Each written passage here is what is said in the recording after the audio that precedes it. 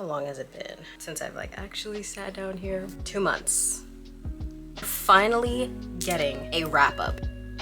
I was like, what am I really reading right now? Absolute insanity. It was like the most addicting insanity I've ever read. Just happened to pick up, you know, this cutie little underground book called Fourth Wing.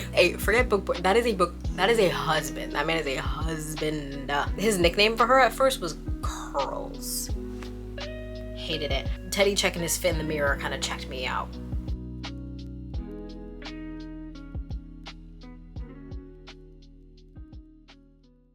Hello everyone, welcome back to my booktube channel. How is everybody? It's been a while.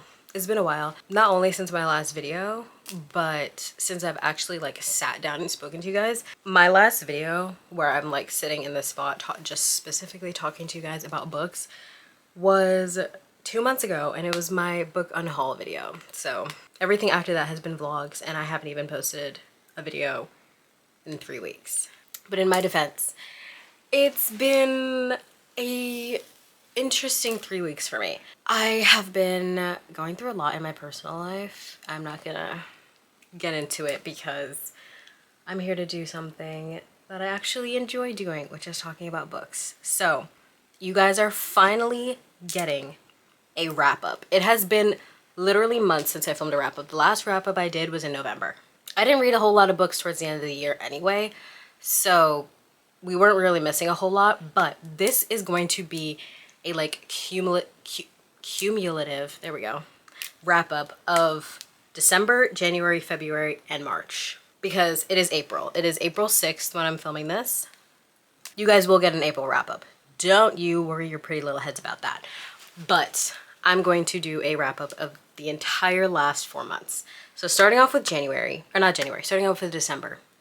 Literally the only book I read in December, I read on my lovely little Kindle, and it was Heated Rivalry.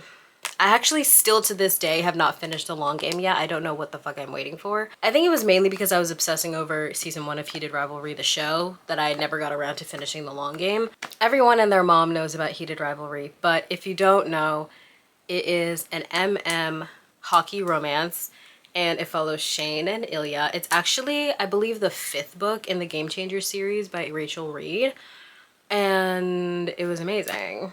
It's basically about these 2 professional hockey players who have like a secret relationship with each other for like the course of like 10 years, from when they're like 18 to in their like mid-20s. At first it starts out more of a physical kind of connection, but gradually, like I said, throughout the years it develops into more. And I personally think the show is so good. Even if you don't like the book, a lot of people might not like how spicy the book is, because it is very spicy, because like I said, these 2 characters had a physical relationship with each other before they developed feelings. So if that's not your cup of tea, like, I highly recommend the show. The show is really good, and it's not exactly like the book, but it's a really, really, really good adaptation. That has to be one of the best like book to show adaptations that I have literally ever seen. The details that they don't include from the book in the show are like such minor details that like it doesn't even really matter that much, and the things that they do like change, in my opinion, make the show even better. So do with that information what you will. Like I said, if you didn't like the show, or if you didn't like the book, I highly recommend the show. Heated Rivalry, baby. I obsessed over that shit so much.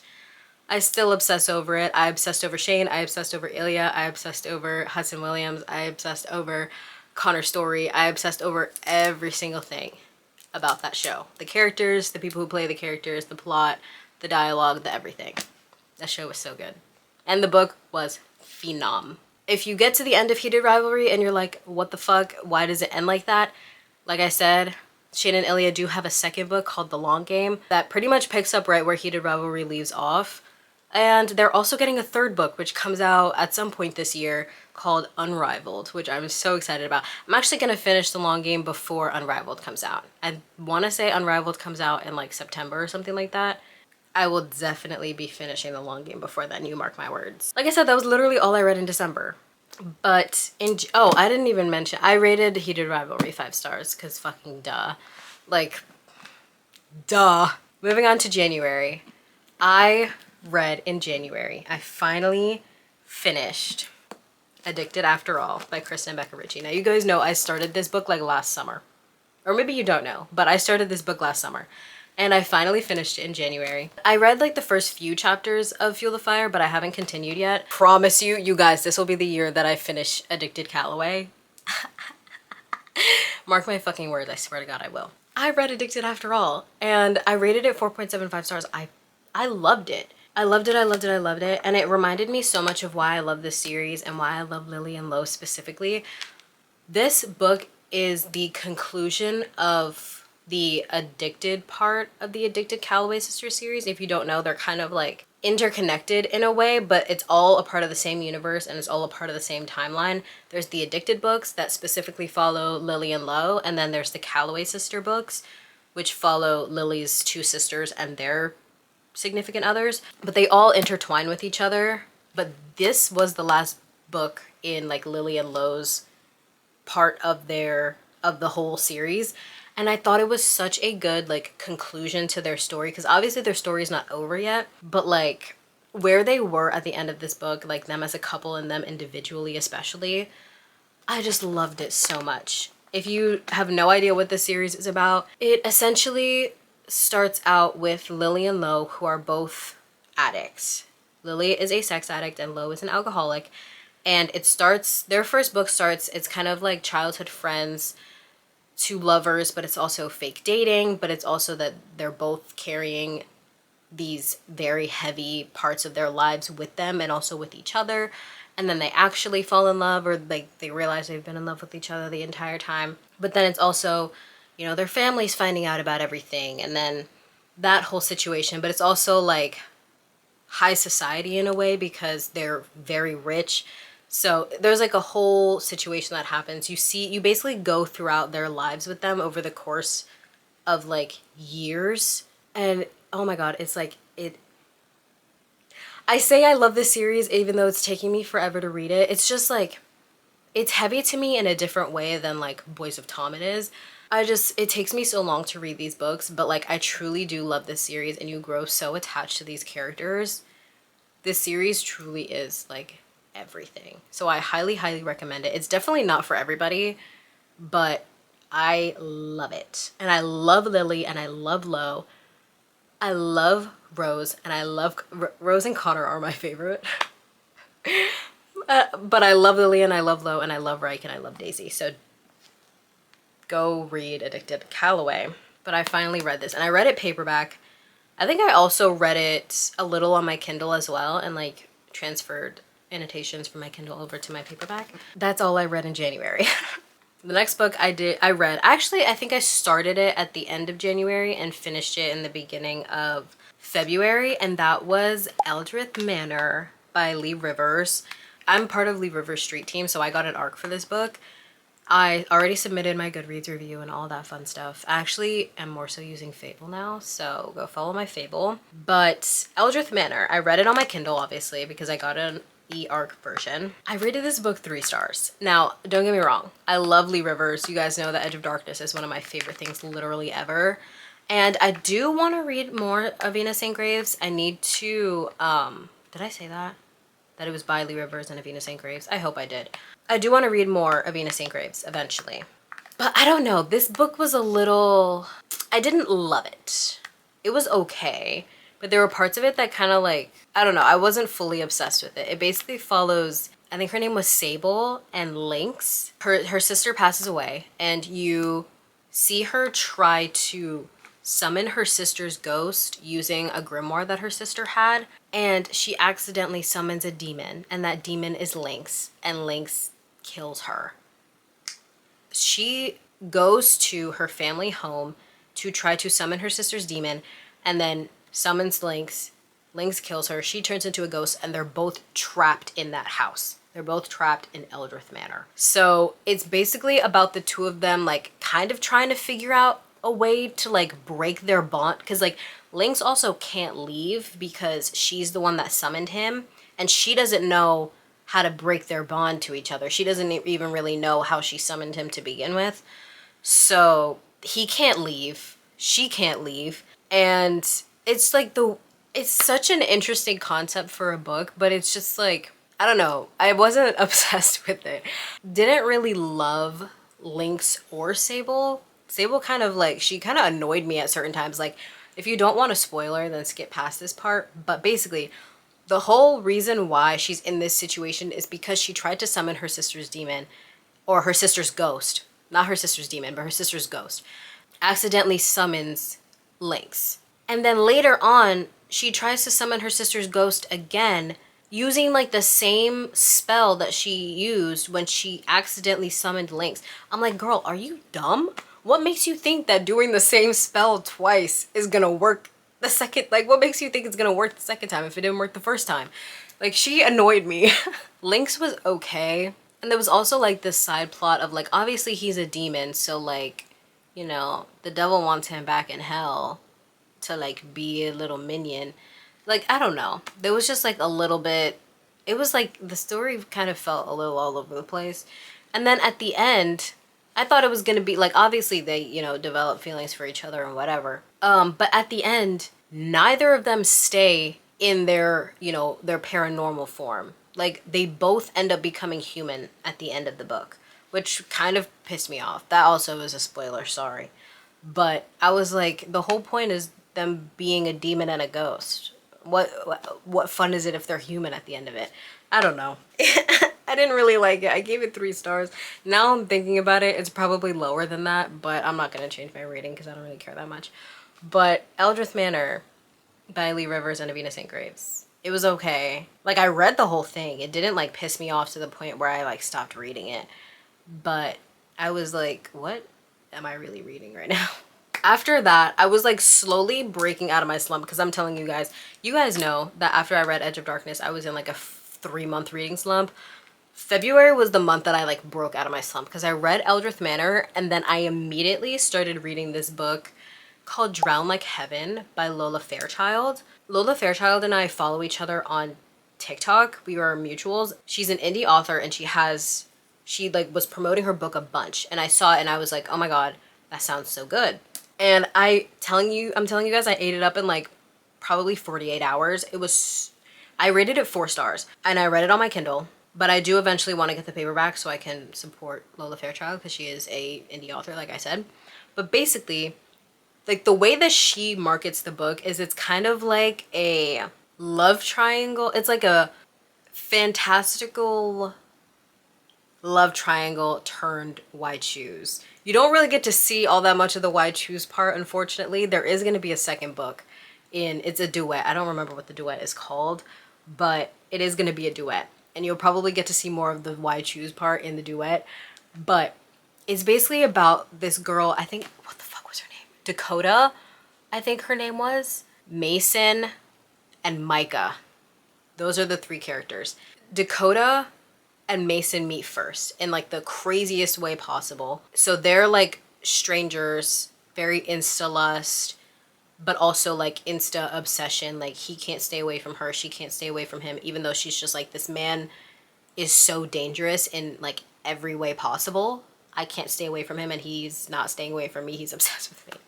And then Dakota and Micah. Micah is Dakota's professor. So that's how she meets the 2 of them individually. But the 2 of them are also exes. Micah and Mason are exes. And they're also fallen angels. So there's like that kind of like that's why I said like fantastical love triangle turned White Shoes. I hope that all makes sense. Like, obviously Mason and Micah know about each other, but they didn't know that they both had Dakota in common for a little while, not gonna lie. Because the book is, I want to say the book is like 500, 600 pages or something like that.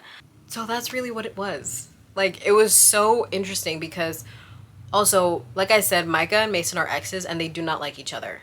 They do not like each other. And even when they find out that like they have Dakota in common, they still don't fucking like each other. But also, they're both in danger in terms of like, there's different, in this universe, there's like different types of fallen angels. And Mason is like one of the strongest and Mike is one of the weakest, I guess. I don't even know if that's like the right way to describe it. This book has so much going into it Like there's so much happening. But it was so good. I ate that shit up.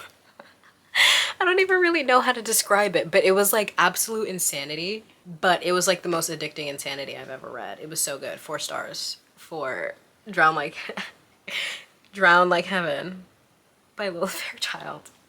Go read it if you want like a crazy time. Because it's also like dark romance. It's like a dark, fantastical why choose, but also not really much of a why choose yet love triangle situation.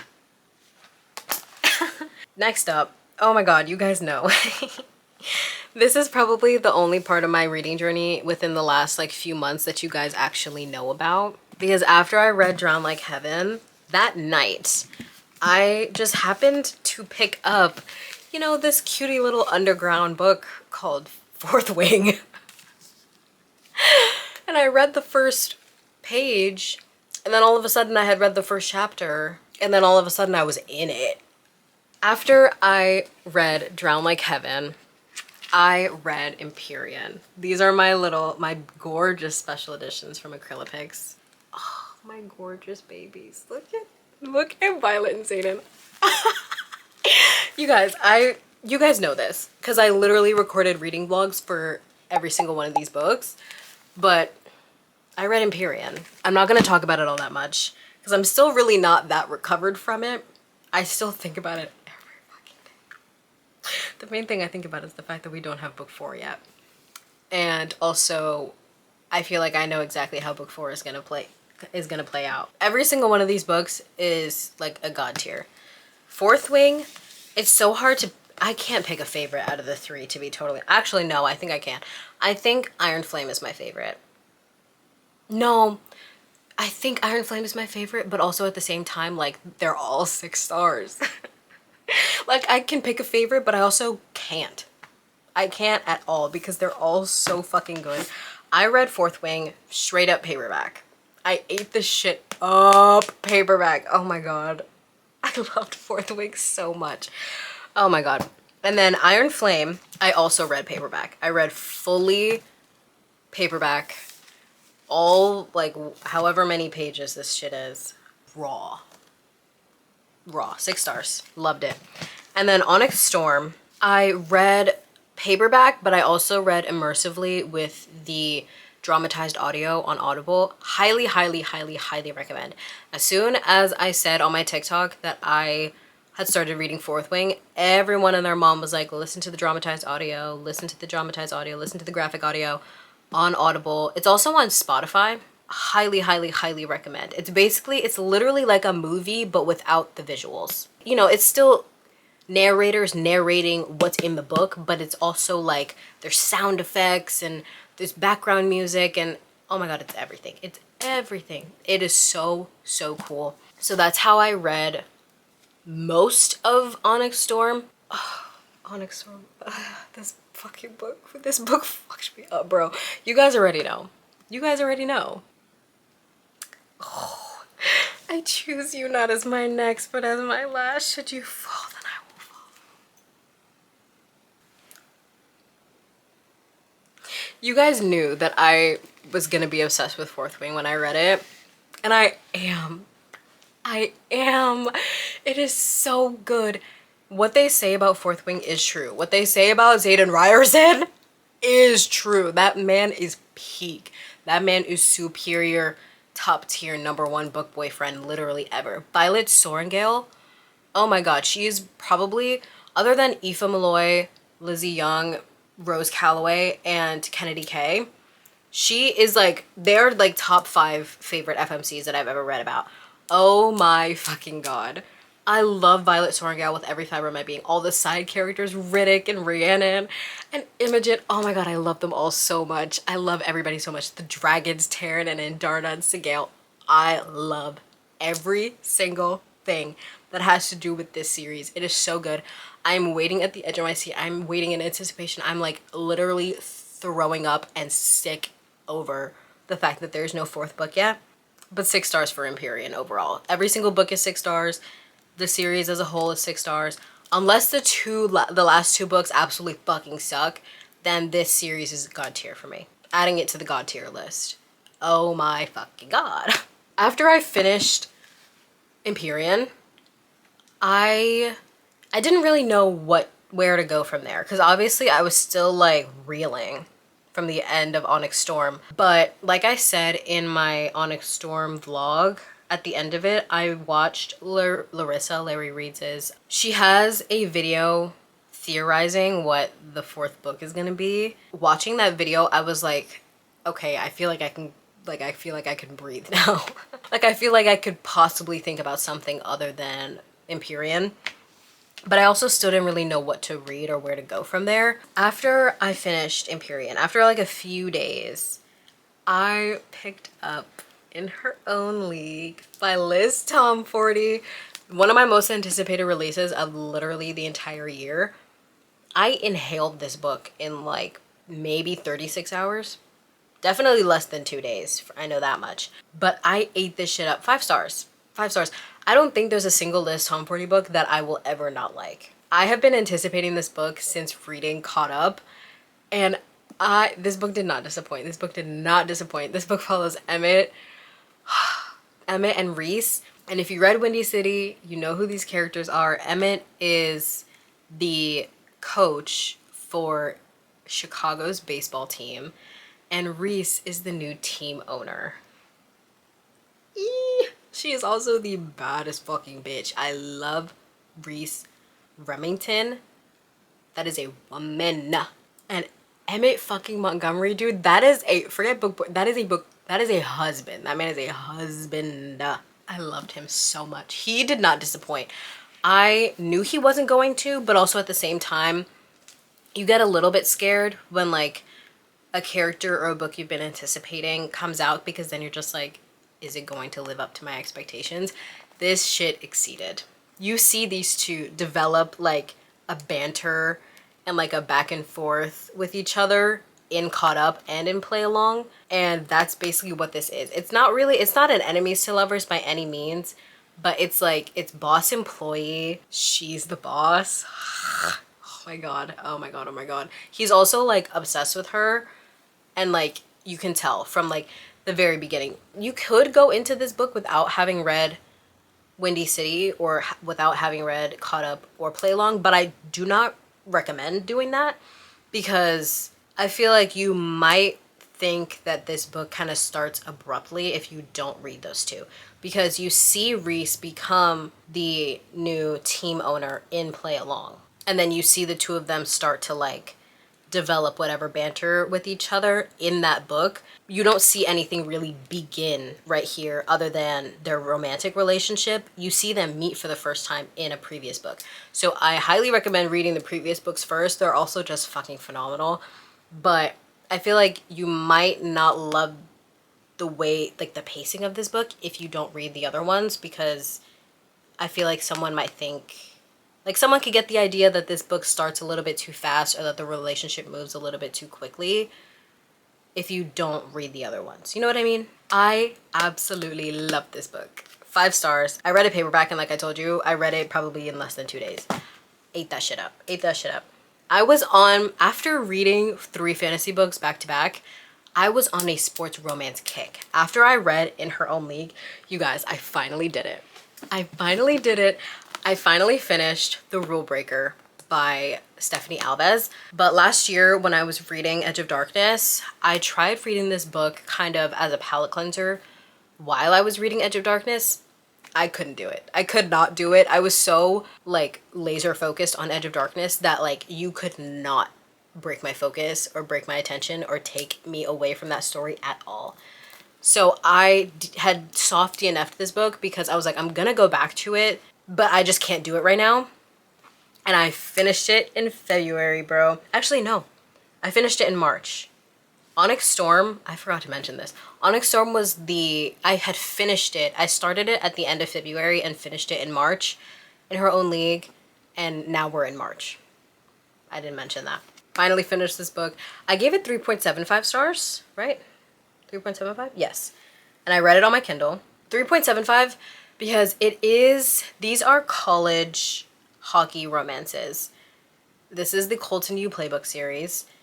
There's gonna be 4 books total. Bro, I'm so fucking excited for book 4. You have no idea how excited I am for book 4. I really hope that book is as good as I'm anticipating it's gonna be. But these are college hockey romances. So they're just like, I feel like there's a slight layer of cringe to like any college book or any book that like has to do with like young adults. This book was a little cringy. Also so fucking spicy. Like this, okay, I feel like I'm getting ahead of myself. This book follows Ryan and Isabella, and it is a little bit of a forbidden aspect. It is Coach's daughter. He's the captain of the hockey team, and she is the coach's daughter. She also happens to be his best friend's little sister. So it's like brother's best friend kind of situation. But they also meet each other. They meet each other at a party and like have an instant like connection. My dude Ryan is like, of course, the one girl that I've had a connection with in like months happens to be the one girl that like it would be majorly frowned upon if I act on these feelings. So like I did see and believe in their chemistry, and like it wasn't anything having to do with them and their feelings for each other. I definitely saw the connection and everything like that, especially because it built up for so long. But there's also just like a certain, like I don't love brother's best friend or anything like that, because 9 times out of 10, the brother has like a really bad reaction. Like the brother has some sort of weird or like unnecessary negative opinion on it, and that always like upsets me. The way it was handled in this book, I really did like, because they didn't let her dad and her brother's disapproval of their relationship break them up. That part I really liked, but I did not like, I really wanted Nathan, who is her brother, and or her dad to be like, no, I support you guys being together. But neither of them were like that in the beginning. So like that kind of pissed me off. So yeah. Also, like like I said, there's just like certain elements of cringe that come with college romance books. And like especially when it came to like her nickname, his nickname for her at first was Curls. Hated it. Also, it was like she doesn't even really have curly hair. Like she has like if a girl with straight hair curled their hair, not like a 3B type curl. You know what I mean? But then that changed. Her name is Isabella. He eventually started calling her Bells, which I thought was cute. But that Curls nickname at first, I was like, what the fuck? But yeah, 3.75. Oh, like I mentioned, kind of a little bit, that book was spicy as fuck. As of right now, I'm on the 3rd book. Right now I'm reading an arc version of it, or I'm reading the arc of it. There is no spice yet to The Risk Taker, which is the 3rd one, but I'll get to that in a second. This book was spicy as hell, bro. Once they gave in to their connection to each other, because obviously they denied their attraction, they tried like disregarding it, staying away from each other, whatever, but as soon as they gave in, bro, they went ham. They went ham on that bitch. I was like, I was not expecting that level of spice from a college hockey romance. I was like, y'all are going in. But the spice was so good. I had a great time reading it, actually. I was happy that it wasn't cringy spice either. After I read The Rule Breaker, bro, I was like on a high. So I immediately picked up The Playmaker. I also got The Playmaker as an arc by Stephanie Alves. I bought The Rule Breaker when I found out that I was accepted to be part of her arc team for this book. Unfortunately, I did not read this book before it came out, but I'm still eternally grateful for being part of her team. And she picked me to be part of her arc team for The Risk Taker, bitch. I'm so excited. I'm actually recording a reading vlog for The Risk Taker, so be on the lookout for that next week, I promise. But I read The Playmaker right after I finished The Rule Breaker. I finished The Rule Breaker, immediately downloaded The Playmaker to my Kindle, and ate it up in 24 hours. I gave this shit 4 stars. It was so fucking good. This book was so cute. It follows Austin and Maisie, and Austin is also on the hockey team, obviously, and Maisie is a figure skater, but it's also like, the tropes in this book are like popular guy, shy girl, smart girl. It gives a little bit of The Deal by Elle Kennedy. If you love Hannah and Garrett, it gives a little bit of that, where like he's failing and is in need of a tutor, and he like somehow convinces her to tutor him, and they fall in love that way. That shit was so fucking cute. But then also there's like an other element to the story where like, I forget which one of them it was, but one of them texts a number and it ends up being like either Maisie texts a number and it ends up being Austin, or Austin texts a number and it ends up being Maisie. I don't remember who started the conversation, but like the text was interesting enough that the other person responded, and then they just like kept texting each other but never revealed their identity. Like they didn't tell each other their names or anything like that. So there was a good portion of the story where like they were texting each other as Maisie and Austin, but also texting each other as like these anonymous people that like they don't know who the other person is. So it was like, it was interesting. I do love the fact that there's no third act breakup in either two of these books. But there is like a third act conflict in a way. Obviously, in this case, the third act conflict was Maisie finding out that Austin knew who she was in terms of like her anonymous persona that they were texting with each other. He ended up finding out by like piecing clues together based on some things that people were telling him, and he didn't tell her that he did. As soon as he found out, he did not tell her right away that he knew that it was her, and she found out that it was him because she ended up texting the anonymous number while she was with him and his phone went off. It was like a whole mess. They ended up working it out because it really didn't matter all that much because he liked her for her anyway. But this book was so cute. It was so adorable. Maisie and Austin were the cutest, most wholesome thing ever. I loved every little bit of this book. It was so cute. 4 stars for The Playmaker. And like I said, I ate this shit up in literally probably less than 24 hours. I binged this shit. It was so good. The next book I read, like I said, I was on like a sports romance kick. I was like, what other sports romances do I have that I can read right now? And I finally picked up Sinbin by Chelsea Gurta. This is another one of my most anticipated releases. This book actually came out at the end of last year, but we all know how the end of last year went for me. We're not going to talk about it anymore. So I finally ended up picking up this book. And here's the thing. I liked it. I really did like it. Dare I say loved it. But I fear I did not love it as much as other people did.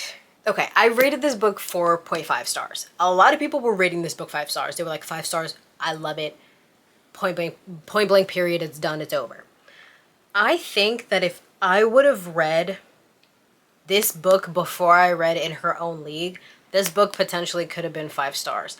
But I think because In Her Own League was also like a coach, like the MMC is a coach to some degree. I don't know.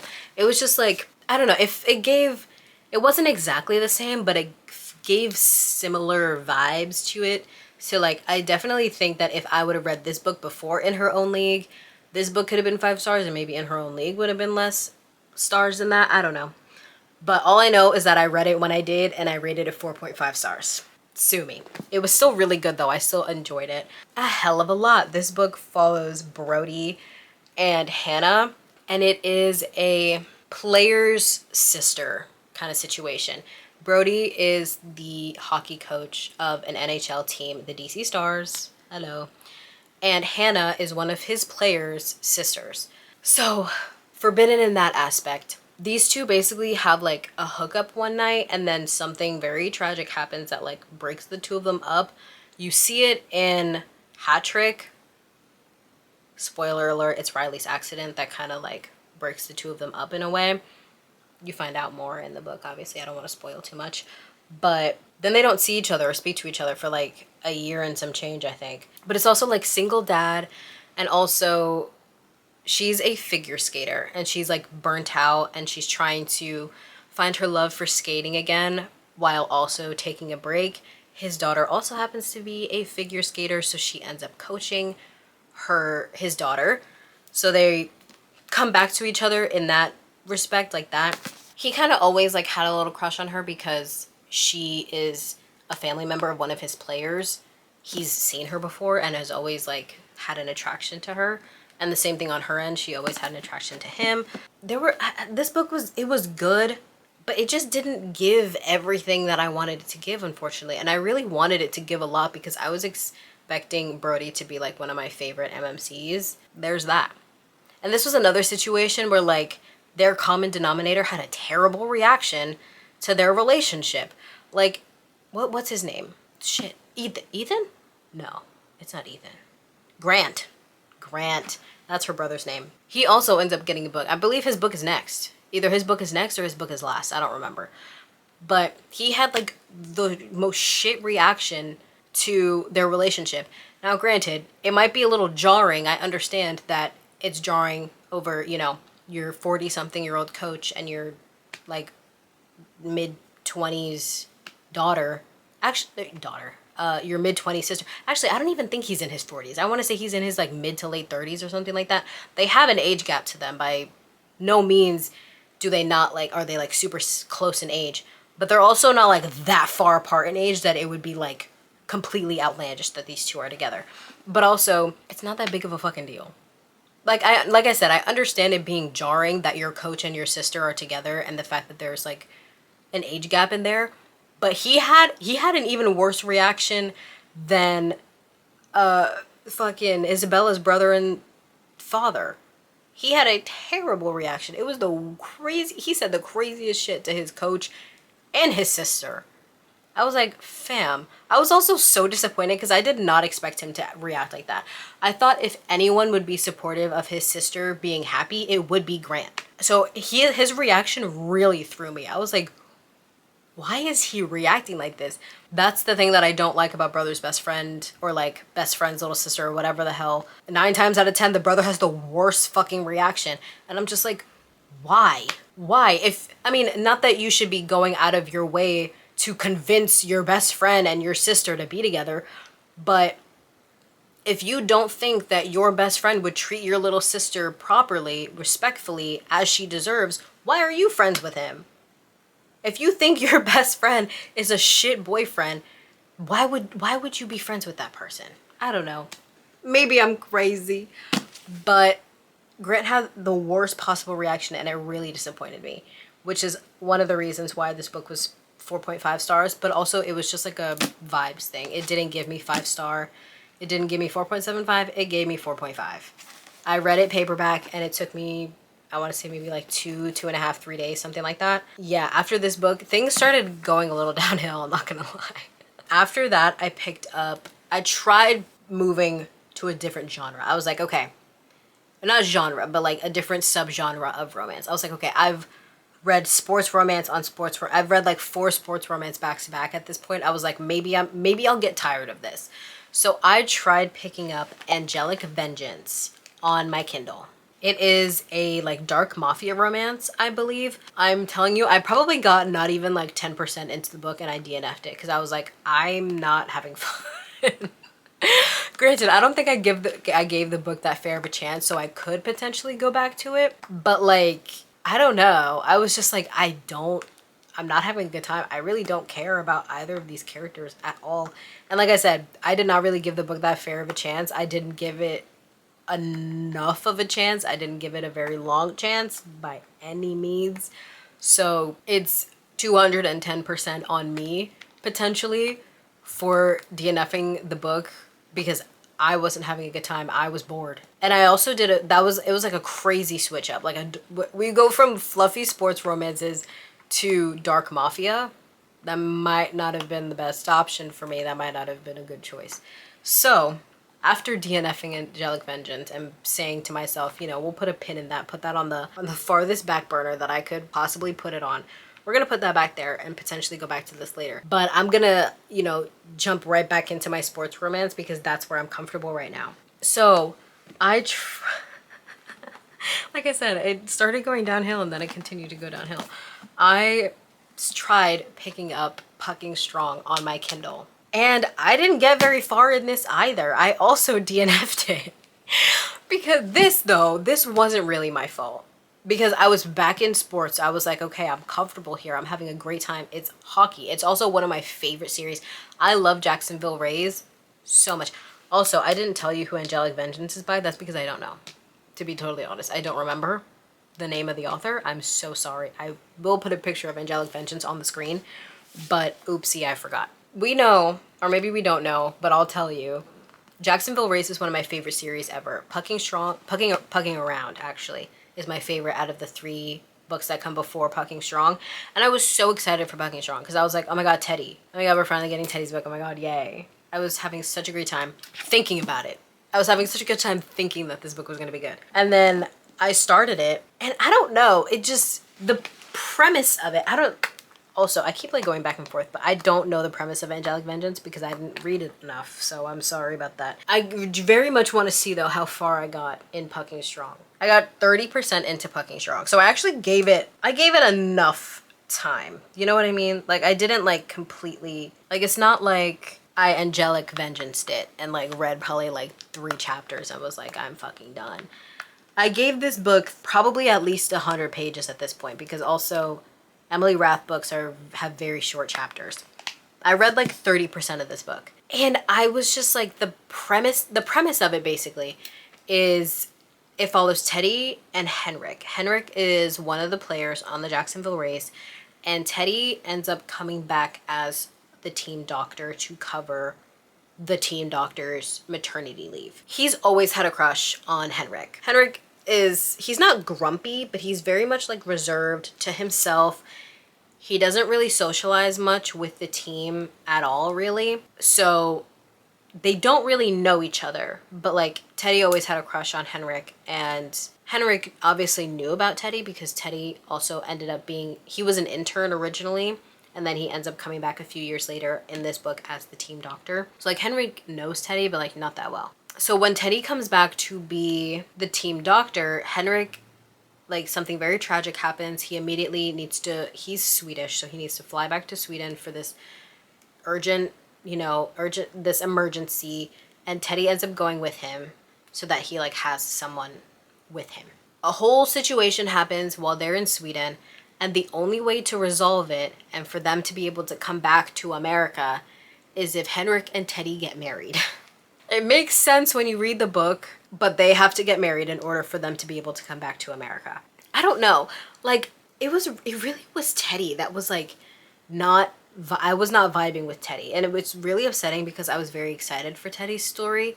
Henrik, I didn't mind all that much. There was like certain parts of like the stuff that Teddy would say, and I'm like, why are you speaking like that? Like I hate when, like, I don't mind like pop culture references, like if there's mentions of TikTok or Instagram. I don't really care about all that much, but when authors try to like force modern slang into books, it like weirdly rubs me the wrong way because I'm just like, you're still writing a book. You know what I mean? Like, I feel like you should still be using full words and not like shorten or abbreviations of words and stuff like that. Like the amount of times Teddy said like, I checked my fit in the mirror, I was like, why are you saying fit? Why are you saying fit?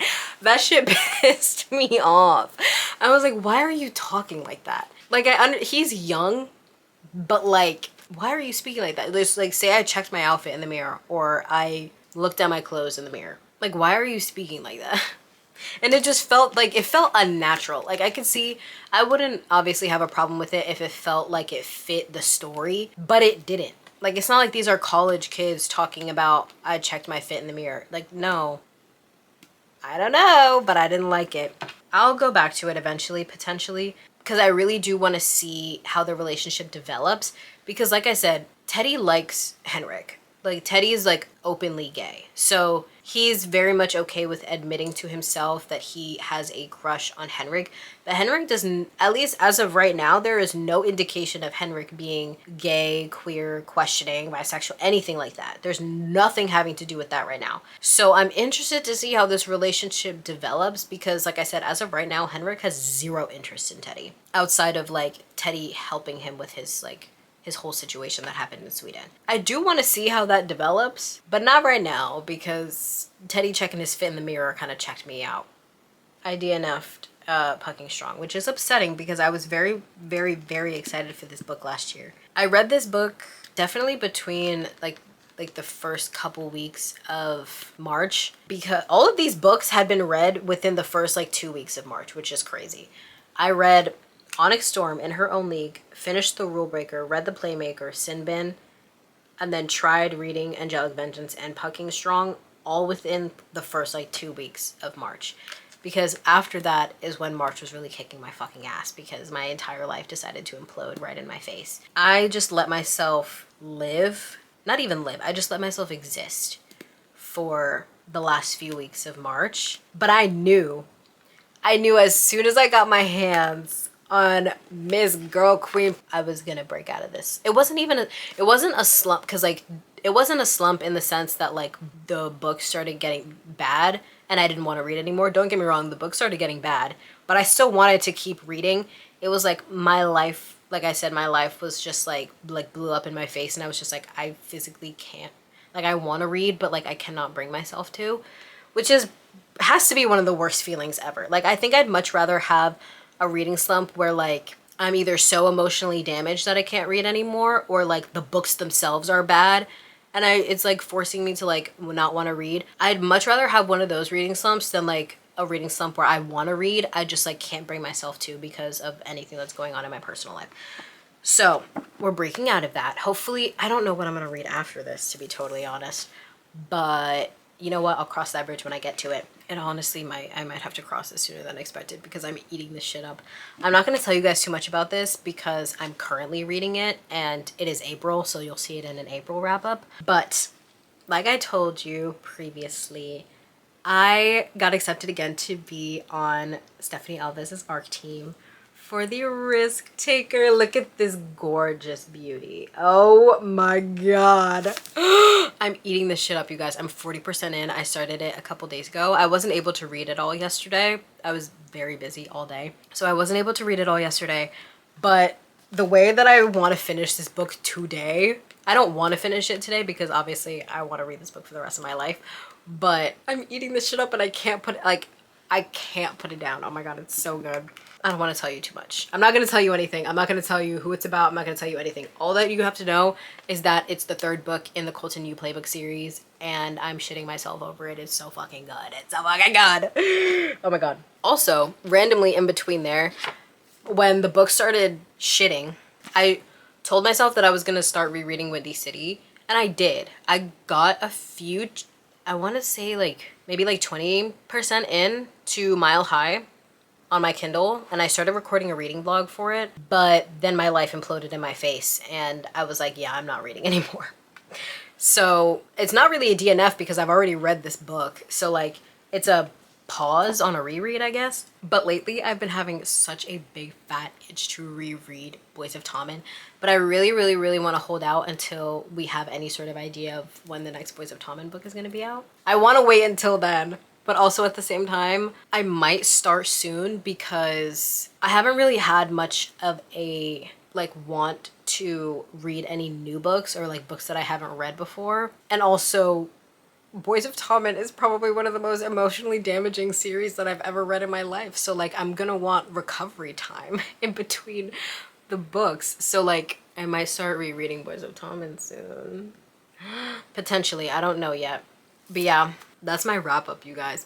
I DNF'd Pucking Strong and Angelic Vengeance, so no stars for that because I DNF'd them. I'm so fucking excited to continue the Risk Taker. I'm gonna change when I'm done filming and I'm gonna get in my bed and read the Risk Taker. I should eat food, but like I want to read the Risk Taker. Oh my god, I'm having such a good time. But it feels so good to be back. I promise not to leave you guys hanging for too long anymore because I am far too good at doing that and I don't like it, especially because of the way everything is going for me right now. I really want to maintain the hobbies that I love and the things that I love doing. I don't want to lose sight of that at all by any means. I don't want to fall into a hole where like I'm not doing the things that I love, and I truly do love doing this, so I don't want to lose that part of myself. I'm definitely going to prioritize my YouTube more and take a little bit of a step back from TikTok and Instagram. So I'm definitely going to prioritize being here. I actually have TikTok and Instagram like offloaded on my phone. I am still going to post when I need to. Like I said, I'm part of Lee River Street Team, and like there's things that I'm like obligated to post. So I will be posting on Instagram, but I'm just like taking a little bit of a step back in terms of like how much media I'm consuming, because that shit will eat away at you. So I'm doing that right now. So because I'm doing that, like I said, I'm going to prioritize being on here more. I missed you guys and I missed doing this. Like I said, I haven't sat down and filmed in literally 2 months. My last like 4 videos have been vlogs, and next week's video is going to be a vlog. But you know what? actually really have been loving doing reading vlogs. So yeah, I'm gonna keep doing what I love. I'm gonna keep doing what I want to do. I hope you guys enjoyed this video. Let me know how you feel about any of the books that I read, and if you like them, if you hate them, let me know, but be nice to me because I'm sensitive. Yeah, I love you all so much, and like I said, I'm so happy to be back. Be on the lookout for my next video that will be coming next week. I promise. I promise. I will be doing it next week. Scout's honor. I love you all so much. I hope you have an amazing day or night or afternoon or whatever time of day it is where you are. For me, it's 6:10. It is the evening time. I don't ever film in the evening time, but I felt like it today because I had time. I got out of work early. So I love you all so much.